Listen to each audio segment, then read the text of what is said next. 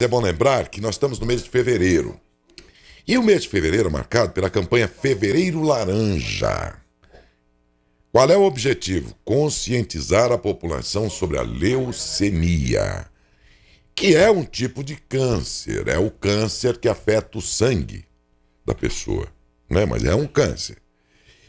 E para ele ou contra ele, a humanidade criou, enfim, descobriu a doação da medula óssea, que é praticada largamente no mundo inteiro. Mas nós, como cidadãos, como alguém que pode doar ou saber disso para poder indicar para alguém, inclusive da própria família, pouco sabemos. Tem gente que acha que quando vamos fazer o transplante de medula óssea, o cara acha que vão tirar um pedaço do osso de alguém, por ter a expressão óssea, e tirar um pedaço do osso de alguém para pôr no outra pessoa. Você vê que a gente pouco sabe sobre isso. Sim, é verdade. Somos leigos. Já que estamos em fevereiro, o assunto é esse.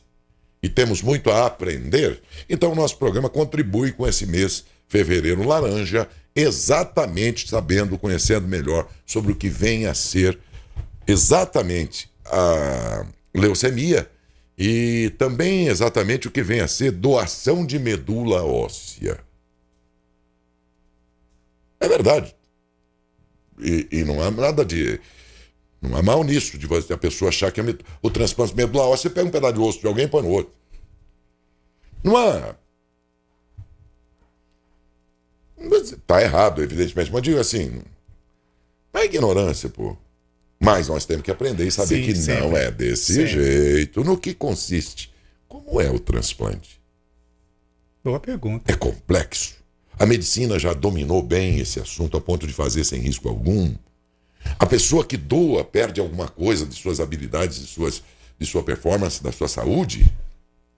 Tem tanta coisa pra gente aprender, tá vendo? E é o que vamos fazer agora e só é possível porque a doutora Fernanda Borges Ribeiro, hematologista, dispôs a falar com a gente aqui no programa, pelo que agradeço. Bom dia, doutora Fernanda. Bom dia, tudo bem? Tudo, a senhora também, tudo bom?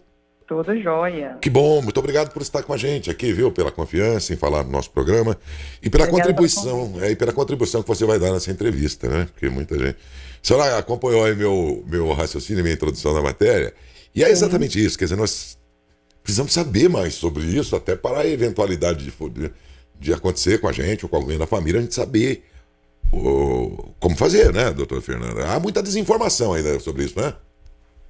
As pessoas não sabem nada, na verdade, sobre transplante de medula, né? Nosso banco ainda é muito pequeno de doadores. Ela é esse transplante... Bom, vamos começar depois, eu vou perguntar se é um transplante entre intervivos, por exemplo, né? Entre outras coisas que a gente vai perguntar depois, mas inicialmente, a partir do que? É alguma questão genética? Quando alguém é acometido de leucemia, que é um câncer no sangue, isso é uma decorrência genética, de uma herança genética, ou pode ser adquirida em vida? Na verdade, a origem da leucemia ela ainda é pouco conhecida, né? É uma doença que começa com uma alteração das células-tronco da medula óssea e prejudica toda a formação do sangue a partir daí. Não existem fatores externos que sejam tão relacionados à leucemia, como a gente tem o cigarro para o câncer de pulmão. A gente sabe que a exposição ao cigarro, a radioterapia, radiação, isso aí aumenta o risco de leucemia. Mas ainda tem muito a ser descoberto sobre isso. A gente não tem por que fulano tem e ciclano não tem leucemia, né? E não é genético, não é hereditário, não é uma doença hereditária. Que coisa, não? Porque a gente já viu crianças, adolescentes. Esse é um câncer que pode aparecer mais prematuramente que outros na vida da pessoa? Na verdade, a leucemia linfóide aguda é o câncer mais comum da infância, né? O câncer mais comum da infância. Mas é uma doença que ela ocorre de formas diferentes. A gente tem vários tipos de leucemia durante toda a vida, né? Em qualquer faixa etária é uma doença que pode aparecer. E em aparecendo, quais são os sintomas iniciais? Como é que a pessoa começa a perceber que tem algo errado que precisa ser investigado? Então, as leucemias, elas ocupam, a doença começa a ocupar esse espaço que é a fábrica do sangue. e, consequentemente, prejudicam a formação do sangue normal. Então, a pessoa vai ter anemia, né? Ela pode ter queda da contagem de plaquetas e, consequentemente, sangramento e, muitas vezes, infecção também de repetição. Que coisa. Alguma amostra externa, manchas do corpo, alguma manifestação visual De sangramento. também? É? Palidez, né? A pessoa fica pálida por conta da anemia, Aham. a perna fica roxinha, vai escovar o dente, sangra a gengiva. Ah, essa aparição aí de situações de hematomas. Isso. Cuidado, viu, gente, que às vezes tem outras coisas também, né, Sim, doutora, sim. que pode ocasionar isso, a pessoa quer confundir, mas hematomas, sangramentos mais facilitados, vamos dizer assim. Palidez da pele, infecção de repetição. Quando isso aparece, já que a medicina sempre trata dos cânceres, levando em conta que é preciso diagnosticar o mais cedo possível, quando isso aparece, em que estágio está esse câncer no sangue? Então, quando a gente fala de leucemia aguda, a instalação da doença é muito rápida, né? A gente não costuma falar, não é uma doença, é diferente de tumores sólidos, que a gente fala de metástase, né? De doença avançada, porque ela não a leucemia está no sangue, já é uma doença em si disseminada, né? Então a gente não usa muito esse critério. O que importa para a gente muito é como que o paciente chega para a gente, né? Se ele chega sem infecção, né? Se ele chega sem sangramentos importantes, para melhorar o prognóstico dele e a forma como ele vai evoluir com o tratamento. Há alguma situação em que, investigando outra coisa, a pessoa está com alguma dor lá que na verdade é outra coisa, e sem que soubesse, ele descobriu, por exemplo, e bem antes, essa leucemia, quer dizer, em exames de outras rotinas, ela pode aparecer também, por exemplo, em hemogramas que a gente faz para outra coisa, comumente para colesterol, essas coisas todas, ela pode aparecer nos resultados? Ele pode aparecer num exame de rotina. As leucemias agudas, normalmente elas dão sintoma muito rápido, mas as leucemias crônicas frequentemente são descobertas em exames de pré-operatório. O paciente às vezes vai fazer exame de check-up de rotina, exame anual, e ele descobre uma leucemia crônica. Desses exames de rotina, onde é que vai aparecer algo ali que o médico vai suspeitar? É no hemograma. Ah, no hemograma. É no hemograma. Vai ter uma contagem lá que está excessiva, como é que é isso? Isso, vai ter o leucócito mais alto, ou vai ter anemia e plaqueta baixa. Isso daí pode até ser outra coisa, mas já pode também pensar ficar suspeito aí, né? Normalmente são exames que já definem o encaminhamento para o hematologista. E nesse caso, quem descobriu antes que, sei lá, que sintomas viessem, então, numa situação dessa aí, ela tem uma condição melhor de ser tratado pelo médico depois? Na verdade, são doenças diferentes, né? As leucemias crônicas são doenças muito diferentes das leucemias agudas, né? Tem paciente, inclusive, que não precisa tratar. Existe. A gente acompanha de ambulatório para poder definir o melhor momento de entrar com o tratamento. Mas a leucemia é um espectro muito vasto de doença, né? Então, as crônicas, que são essas que normalmente são descobertas com pacientes sem sintoma, elas têm um curso muito mais indolente do que as leucemias agudas. Entendi. E aí elas diagnosticadas, daí para frente, qual é o procedimento se ela for essa crônica, por exemplo? A crônica, isso, a gente tem a leucemia mieloide crônica, a linfóide crônica, né? A que a gente fala que às vezes não precisa tratar é a linfóide crônica. A mieloide crônica tem um tratamento específico para ela, que é um comprimidinho, né? E a linfóide a gente avalia caso a caso. Às vezes não precisa tratar, às vezes precisa. E a quimioterapia. Nas leucemias agudas, o tratamento inicial é sempre poliquimioterapia, né, que é de alta intensidade, que é aquela quimioterapia que cai cabelo, que deixa o paciente que agride um pouquinho judia, mais, né? O paciente. Esse caso, vamos continuar ainda na crônica, depois nós vamos avançar para essa mais grave aí. Essa crônica aí, qual é a qualidade de vida que a pessoa pode ter? Enfim, daí para frente ela muda o que na vida para ajudar os remédios e os procedimentos de vocês aí? Ela muda a alimentação, qualidade de vida? O que a pessoa tem que mudar? Às vezes, depende, isso aí é muito de caso a caso, né? Mas muitos pacientes convivem com ela há anos sem e vão morrer de outra coisa. Um exemplo que a gente tem na mídia hoje é a Suzana Vieira. Ela Suzana tem? Vieira, ela tem leucemia linfóide crônica. Parece que Benito né? Paula também tem há muito tempo já também. Isso, então. Benito Então, Paula. essas leucemias crônicas, a gente tem várias pessoas que convivem com elas e às vezes já descobre, já tem aquilo já faz tempo né? Mas é bem diferente um caso do outro. Se o paciente é mais velho, se o paciente é mais jovem, né? Sei. Quanto tempo que ele vai ter que conviver com a doença, né? Pela idade que ele tem. Sim. Então, o risco de progressão é maior. Entendi. E ele vai se privar de alguma coisa a partir dali? A gente precisa ter cuidado com infecção. É sempre a nossa principal orientação, é essa. Esse é o perigo para a pessoa. Isso. Bom, e aí no caso mais grave que a senhora falou, aquela que As leucemias agudas. agudas, essa aí, ela é uma sentença de morte ou não? Não. Eu tive leucemia aguda, com 14 anos. Sim. Então, leucemia aguda não é uma sentença de morte. Ela é uma doença agressiva, Sei. que ela precisa de início imediato de tratamento, né? É um paciente que precisa de ser olhado direitinho, diariamente, principalmente nos 2 primeiros meses de tratamento, né? É potencialmente curável, mas é uma doença extremamente agressiva. Você teve aos quantos anos? Eu tinha 14. 14 anos. Aham. E agora você é hematologista, houve alguma vingança. associação, hein? Vingança. É isso que eu ia te perguntar.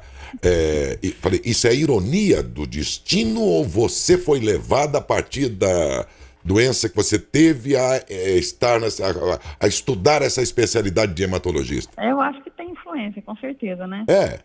Eu acho. Você Tem falou sim. assim, você quer me pegar? Pois agora eu vou te enfrentar e ainda vou combater você, é isso? Isso aí, vingança. Interessante, doutora Fernanda. Interessante essa história, não? verdade. Olha aqui que é uma entrevista, você vai conversando, o que você consegue extrair? Olha aqui, estou conversando com uma hematologista, que é hematologista hoje, mas que aos 14 anos ela teve a leucemia. Lutou contra e hoje ela... E depois se vingou, como ela própria disse, a palavra é dela, estudando medicina e se especializando em hematologia para combater nas outras pessoas aquilo de que ela sofreu, aquilo que ela passou aos 14 anos. Interessante isso aí, né, Adalberto? Interessante, Décio. Porque a Refaz o entrevista contato aí ela com vai ela. seguindo e vai trazendo as informações importantes Você pra tem entrevista gente, né? gostosa que você vai fazendo papo Sim. e a coisa vai rolando. Vocês estão ouvindo aí também, né? Vão entrando no papo aqui. Puxa vida, é isso. Tá. verdade. Até chegar a esse ponto. Curioso, realmente, hein? E quando fala de leucemia, a gente fica curioso mesmo. Porque quando eu era criança, minha mãe sempre falava, olha, Adalberto, você tem que comer para não ficar anêmico, senão você vai ter leucemia. Ela A falava? gente não sabe se é mito ou verdade, viu, Décio? É, isso. Ô, Adalberto, você disse que tinha uma pergunta. A doutora Essa Fernanda pergunta, já está em através contato. dessa pergunta, doutora, a gente cresceu, eu cresci com a minha família, minha mãe sempre falava quando criança, olha, tem que comer isso, comer aquilo, se alimentar muito bem, porque senão você vai ficar anêmico e pode virar uma leucemia. É verdade ou mito isso? É mentira isso. A anemia, ela é um sintoma, ela é uma alteração laboratorial, ela é um sintoma de várias doenças, inclusive da leucemia. A leucemia causa anemia e não o contrário. Assim como insuficiência renal causa anemia, assim como um diabetes descompensado pode causar anemia, falta de ferro pode causar anemia. A anemia, ela pode ser secundária a várias coisas e ela é secundária à leucemia, não causa leucemia. Doutora, tive um caso na minha vida que era de um caso desse, né? De pessoa próxima, que era uma funcionária minha, e que de repente apareceu lá com algumas manchas no corpo. Eu disse, poxa, você precisa ver isso aí e tal. E como eu era amigo de um médico, colega teu, na época, eu disse, olha, eu liguei para ele, falei, olha, tô te indicando uma pessoa, ela vai passar aí e ver, né? Porque de repente começou a aparecer manchas, assim, hematomas no corpo, em várias delas e tal. E não deu tempo. Em uma semana foi avassaladora. A doença foi, acho que 10 dias mais ou menos, ela veio a falecer.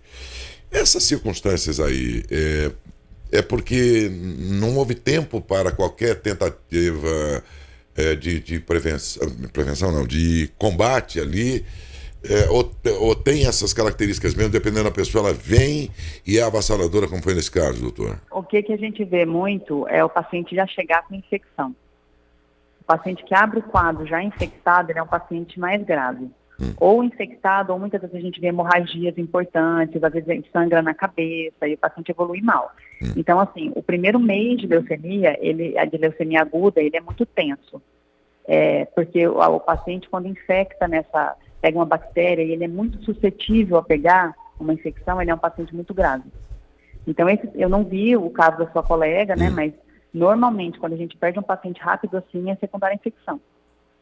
Quer dizer, quando chega num estágio desse, dificilmente vocês conseguem... Porque assim, a gente vai começar a quimioterapia e aí para o sistema imunológico dessa pessoa voltar a trabalhar, leva pelo menos um mês. Então, é um mês de briga para a gente poder tentar fazer funcionar. Então, se ele já começa com infecção, a gente ter tempo hábil para fazer o sistema imunológico dela funcionar e lutar contra essa infecção... Muito difícil. É um problema, Felipe, tem alguma pergunta aí de ouvinte, por favor? Não, Daércio, até o momento não tem pergunta, mas o Daércio, eu estava realizando umas pesquisas agora, né, enquanto a gente estava conversando sobre o assunto, e essas manchas, doutora, essas manchas no corpo, elas se assemelham justamente a algum tipo de pancada também, né? Sim. Normalmente as manchinhas que aparecem espontaneamente, elas não são dolorosas. Quando a gente bate, normalmente você passa a mão na manchinha, você sente uma dorzinha da batida. Né? Quando você tem equimose espontânea, que é o roxinho que aparece independente de bater, normalmente ele não dói. Não dói?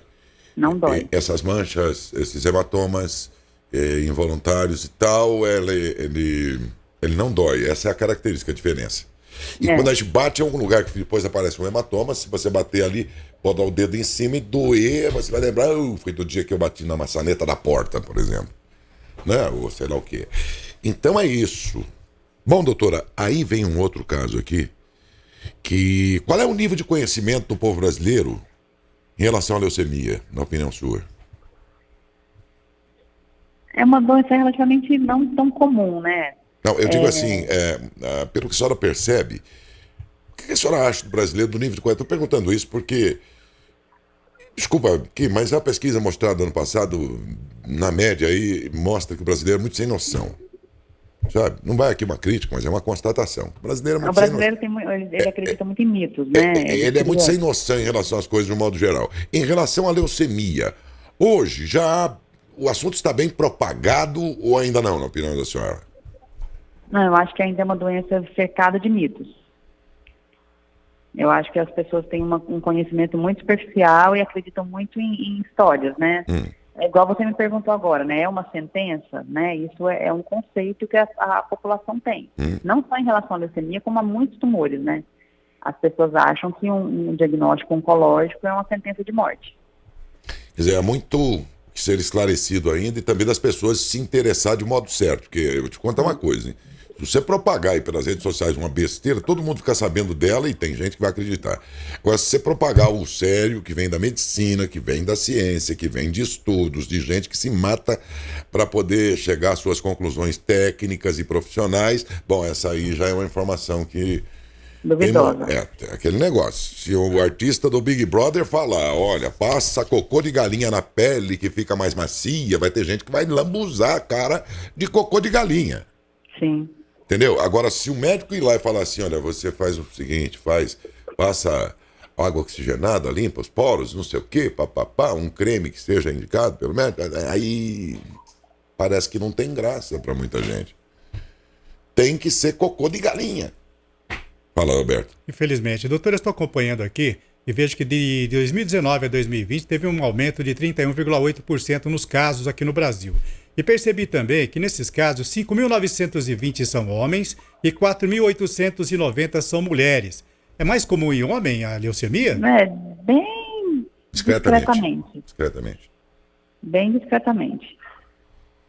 Doutora, aí numa dessas, a mais, pelo menos de nome mais conhecida pelas pessoas como tratamento, é a chamada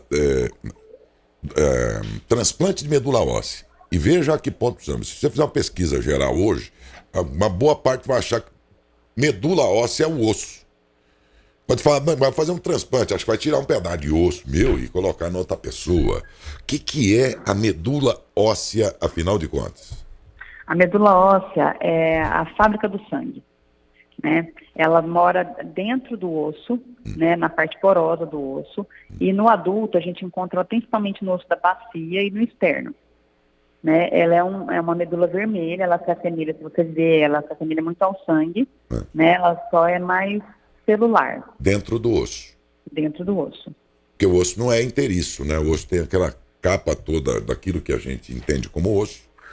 E dentro é que está ele, então, a medula óssea. Tem o osso poroso lá dentro, né? Não tem tecido ósseo lá dentro, mas ele é mais poroso. E entre essas traves ósseas mora a medula óssea. Qual é a forma dessa medula óssea? Líquido, gel? Ela é sólida, enfim? Ela parece o sangue.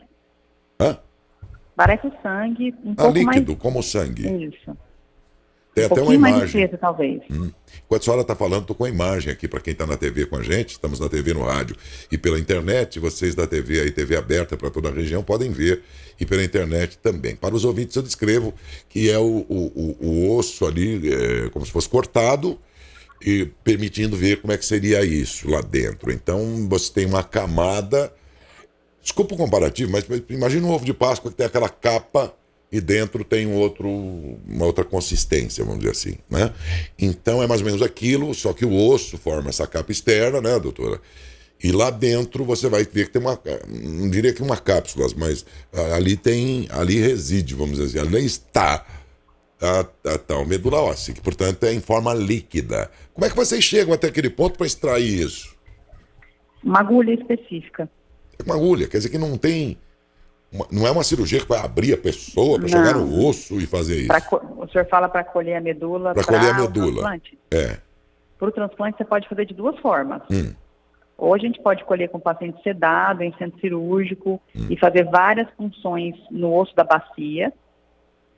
E a segunda forma é o que a gente chama de aférese, que a gente dá um remedinho para o doador, a célula-tronco sai da medula, vai para a periferia, vai para o sangue periférico, e aí eu ligo o paciente numa máquina, eu consigo programar essa máquina para tirar só a célula-tronco, o sangue passa pela máquina, tira o que me interessa e devolve o resto do sangue para o doador. Sensacional. Eu não sabia disso. Vocês são sensacionais, doutor. Eu sou doador, eu doei sangue em Ribeirão Preto para medula. Achei que quando falaram para mim, Alberto, você vai ser... Vamos fazer a doação? Eu achei que tinha que tirar da espinha atrás. Tem gente que na verdade, a pessoa, né? Na verdade, foi tirar o sangue. Eu faço parte do banco de sangue de medula. Acho que através do sangue eles vão saber se eu sou doador ou não, né, doutora? Isso, com certeza. Aí o seu cadastro já está feito, os seus principais características da sua medula já foram analisadas através do seu sangue, e aí se achar um doador, um receptor que tenha características semelhantes, eles vão entrar em contato para poder fazer mais exames. Aí amplifica esse estudo inicial. Essa compatibilidade aí entre doador e pessoa beneficiada se dá pelo tipo sanguíneo? Não, você não precisa ter o mesmo tipo sanguíneo, não. Ah, é? Não precisa nem ser do mesmo sexo. E o tipo sanguíneo é independente, quer dizer, não tem conflito, não tem problema? Não, o tipo sanguíneo não. Tá, aí vocês extraem dessa pessoa por um desses dois modos, esse material imediatamente é aplicado na outra pessoa? Não. Normalmente ele pode ser congelado, né? E aí a gente faz uma quimioterapia nessa pessoa que vai receber, e aí no dia certo a gente faz o transplante, que é igual a uma transfusão de sangue. Mas a quantidade? Aquela veia. A quantidade é de uma bolsa de sangue, por exemplo? A quantidade depende do tamanho do receptor. Mas em geral... O transplante, eu preciso de um órgão, né? Eu estou transplantando um órgão que seja compatível com o tamanho do meu receptor. Então, se eu tenho um paciente de 7 anos que pesa, sei lá, 20 quilos, ou um homem de 80 quilos, são bolsas diferentes. Mas dá para aproveitar o material? Sim, a gente tira proporcional ao que a gente precisa. Entendi. Quer dizer que independente da idade, dos tamanhos e pesos serem diferentes, vocês vão na medida, digamos, da pessoa que vai receber. Isso. E aí congela, vai fazer todos esses procedimentos primeiro e depois então é feito o implante. Qual é o grau de sucesso, o índice de sucesso de um transplante desse? O transplante halogênico, agora você me apertou, hein? O transplante halogênico, ele tem, assim, depende do se a gente vai fazer um transplante que é 100% compatível, se ele é só metade compatível. E o que não dá compatibilidade nesse caso? O que define a compatibilidade? A gente faz a compatibilidade do HLA. chama HLA, os antígenos que a gente estuda. Para então, compatibilizar. Já que não tem tanto problema de incompatibilidade sanguínea e tudo mais, significa dizer que, independente de eu ser chamado para ajudar alguém que precisa, e assim como no caso da doação de sangue, como é feito hoje, que você tem os hemocentros e você vai lá e doa e não sabe nem para quem que vai ser, mas sim, vai ser para um ser humano. Quer dizer que no caso da medula óssea eu posso fazer uma doação também, independente de alguém que eu conheça estar precisando? Você pode deixar o seu cadastro lá. O cadastro fica lá. A gente não colhe a medula. Você faz um cadastro. A gente só vai colher a sua medula se a gente achar um receptor que precisa do seu tipo. Aí vocês vão no prontuário lá e acham a pessoa. Isso. A gente tem existe um cadastro né, nacional de quem precisa e um cadastro nacional de quem é doador. E esses cadastros, eles tentam fazer um match, tentam casar um com o outro de acordo com as características do doador e do receptor que estão cadastradas. Interessante. Então, para ser um doador de medula, para ser cadastrado, você vai doar 2 tubinhos de sangue, é isso. E você só vai fazer uma coisa maior e doar a medula especificamente se você se encontrar um receptor, que é uma coisa relativamente não tão comum assim, né? Infelizmente, não é fácil. Esse doador aí tem algum outro tipo de doença que pode impedi-lo de ser doador? Existe alguma doença que impede o sujeito de ser doador? Doenças infecciosas, principalmente, né? Tipo? Paciente com HIV, com hepatite. Esses não podem? Esses não podem.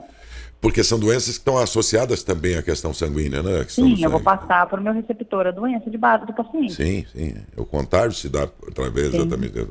E na medula óssea também tem essa questão, quer dizer, uma pessoa que tem HIV na corrente sanguínea também tem esse HIV na medula óssea. O HIV pode sim entrar na medula óssea, mas assim, a medula óssea ela vem com sangue, né? Sim. Gente, aprendemos muita coisa nessa entrevista. Se você tem alguma pergunta, se não tiver, eu vou encerrar, até porque a doutora Fernanda tem lá os seus compromissos. Mas eu espero que vocês tenham gostado, porque nós fizemos a entrevista. Por quê? Porque esse é o mês de fevereiro, é o mês da campanha Fevereiro Laranja, que tem por objetivo conscientizar a população sobre leucemia. Por isso, nós entrevistamos a hematologista, a doutora Fernanda Borges Ribeiro, a quem agradeço muito. Muito obrigado, doutora Fernanda. Obrigada, querido. Tudo de bom. Bom dia para você. A senhora foi muito gentil, muito simpática e parabéns pela sua luta e pela sua vingança. Obrigada. Um abraço. Outro abraço, doutora.